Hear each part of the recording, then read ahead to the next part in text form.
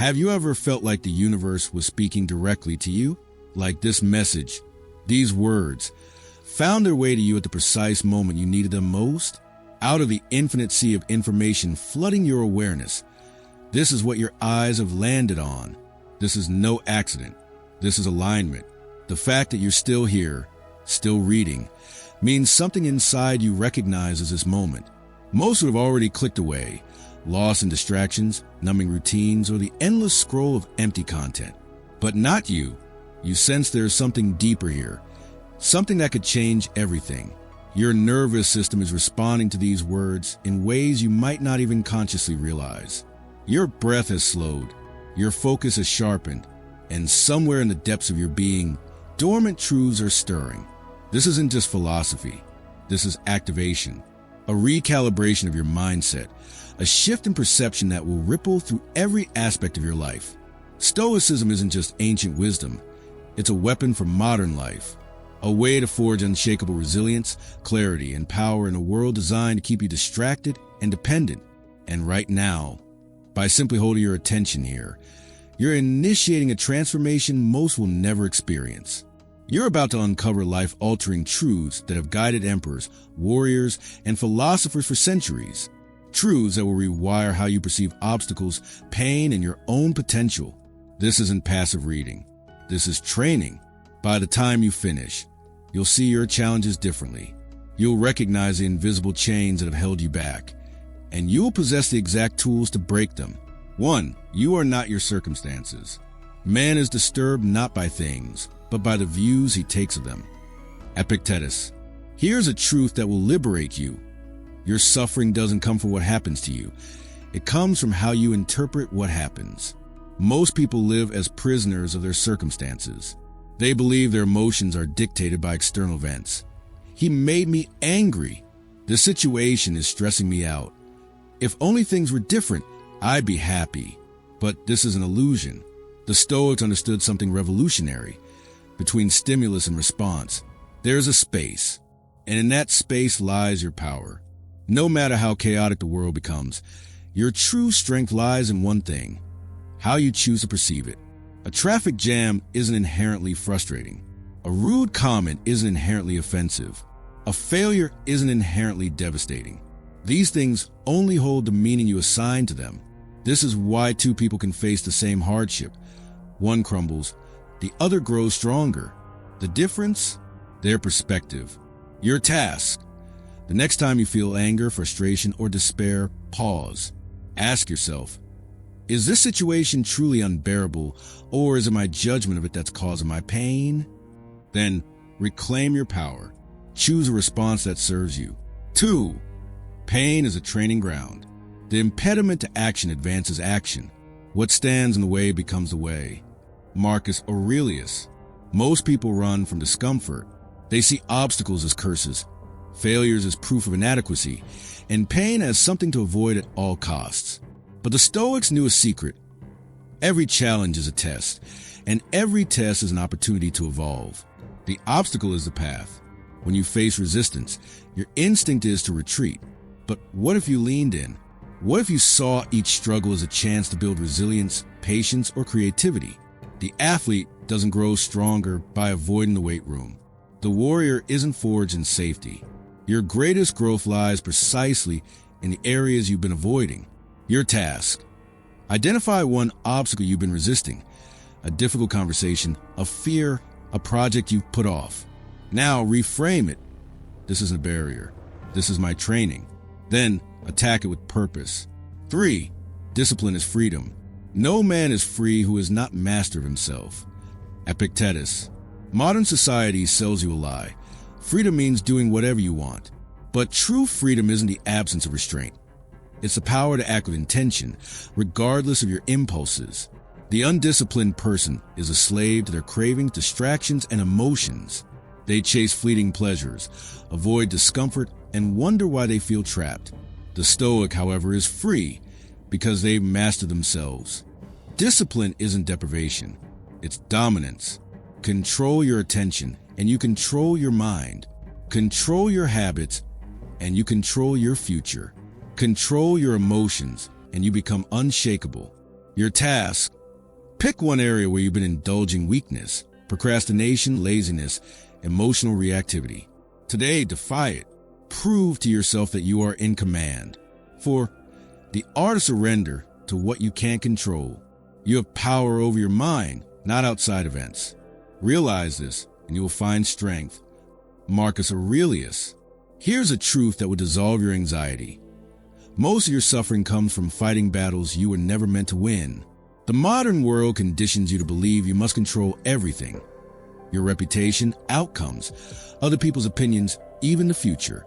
But the Stoics recognize this as madness. There are only two realms. What you control, your judgments, actions, and responses. What you don't, everything else. Wasting energy on the second category is like shaking your fist at the rain. It doesn't change the storm. It only drains you. Your task: for the next 24 hours, practice this mantra whenever frustration arises. Is this within my control? If yes, act. If no, release. 5. Death is the ultimate motivator. Let death and exile and all other things which appear terrible be daily before your eyes, but chiefly death. And you will never entertain any abject thought, nor too eagerly covet anything. Epictetus. Most people live as if they have unlimited time. They postpone dreams, tolerate mediocrity, and numb themselves with trivialities. But the Stoics practice memento mori, remembering that death comes for us all. This isn't morbid, it's liberating.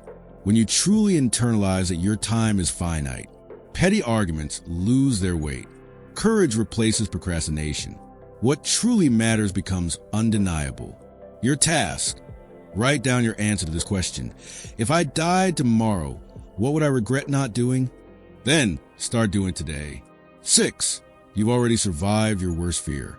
The things you think about determine the quality of your mind. Your soul takes on the color of your thoughts. Marcus Aurelius.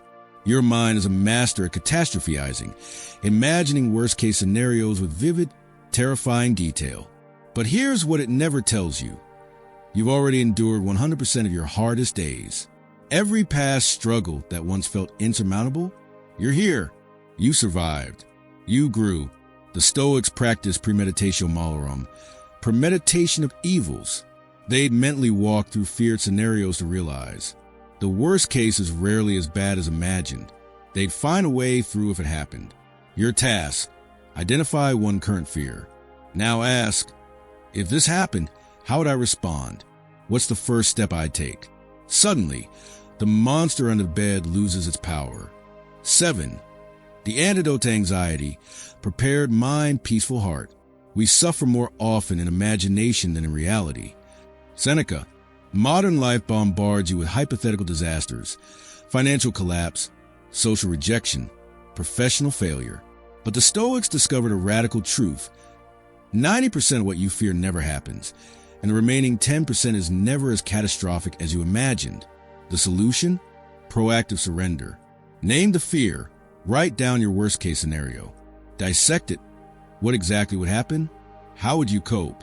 Release it. Recognize this is either controllable or not. Act or accept.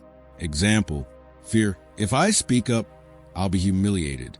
Reality: even if some disagree, you will respect yourself for courage. That's victory. Your move: right now, confront one lurking anxiety using this framework. Watch its power evaporate. 8. The Stoic secret to unlimited motivation. First say to yourself what you would be, then do what you must. Epictetus.